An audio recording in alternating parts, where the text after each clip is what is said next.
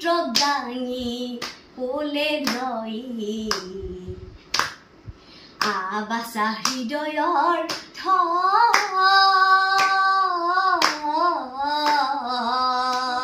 মই সকলোকে নমস্কাৰ জনাইছোঁ আৰু আজি এই ভিডিঅ'টি এটি বিশেষ কাৰণত মই বনাব লৈছোঁ আৰু যিসকলে মোৰ ভিডিঅ'বিলাক আগতে চাইছে তেওঁলোকে হয়তো গম পাইছে যে মোৰ মা এগৰাকী পাঠক শ্ৰী শৰ্মিলা নাথ আৰু তেওঁৰ লগত মানে মই পালি হিচাপে যাওঁ আৰু আগে পিছে আৰু সেয়েহে মোৰ মা যিহেতু পাঠক সেইকাৰণে মই ভাবিলোঁ মোৰ মাৰ বিদ্যাটো ময়ো লওঁ সেয়েহে আজি মাননীয় শ্ৰীযুত পূৰ্ণৰাম নাথদেৱৰ ঘৰলৈ আমি যাবলৈ ওলাইছোঁ এতিয়া যাম আৰু তেখেতৰ পৰা এটি নতুন নাম লোৱাৰ উদ্দেশ্যেৰে আৰু যিসকলে নামৰ লগত জড়িত হৈ আহিছে তেওঁলোকে হয়তো জানেই যে মাননীয় শ্ৰীযুত পূৰ্ণৰাম নাথদেৱে আজিলৈকে ভালেসংখ্যক নাম ৰচনা কৰিছে আৰু লগতে ভালে কেইগৰাকী পাঠকক তেওঁ আগুৱাই যোৱাত সহায় কৰিছে আৰু সেয়েহে আজি আমিও যাবলৈ ওলাইছোঁ তেওঁৰ পৰা কিবা শিকিবলৈ কিছু জানিবলৈ কিছু শিকিবলৈ সেয়াই আৰু এতিয়া আমি যাম আৰু তেখেতৰ পৰা এটি নতুন নাম গ্ৰহণ কৰিম সেয়াই আজিৰ পৰা মই তেখেতক গুৰু হিচাপে গ্ৰহণ কৰিলোঁ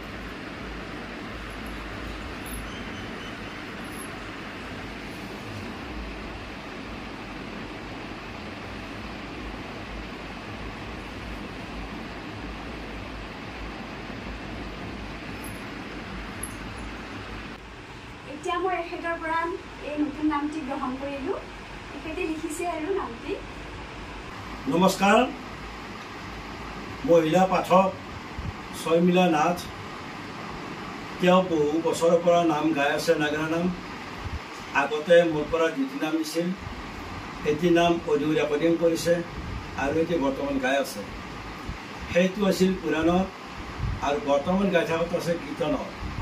লগতে তেওঁ জীয়ৰী দীপামণি নাথ পঢ়িও আছিল আৰু মাকৰ লগত পালি হিচাপে গৈ আছিল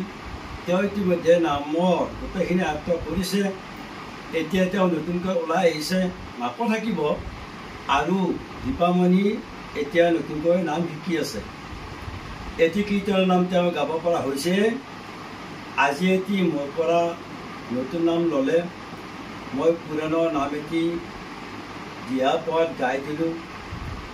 নামৰ দিহা পদ মুঠতে 13টা আছে গতিকে মই আশা কৰোঁ সদৌ নামধৰ্মী সভাসদে দীপমণি নাথক নাম জগতত আগবাঢ়ি যাবলৈ অনুপ্ৰেৰণা যোগাওক মোৰ বিশ্বাস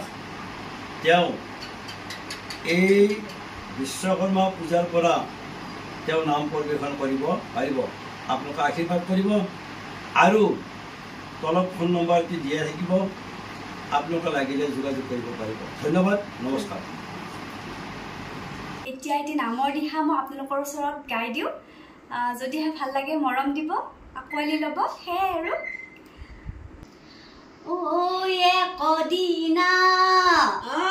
শিশু কৃষ্ণই মায়া কৰি আছে হাঁহি মাতৃৰ মুখলৈ চাই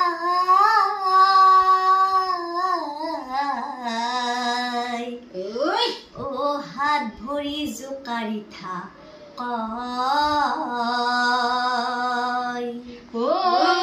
একদিনা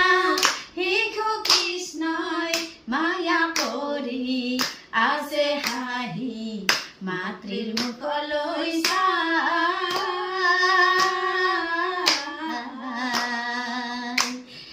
হাত ভৰি জোকাৰি থাক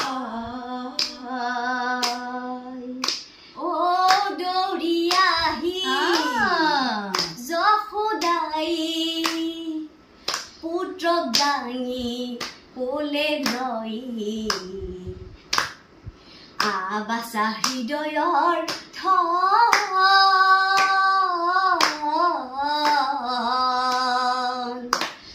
শীতল কৰোঁ মোৰ হিয়া একদিনা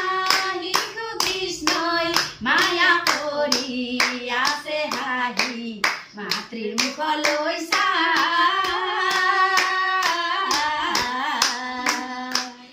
হাত ভৰি জোকাৰি থাক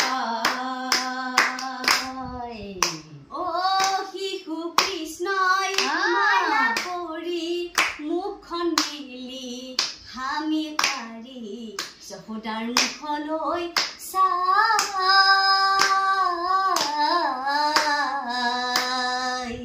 এটা প্ৰকাণ্ড শিল এটাৰ সমান গধুৰ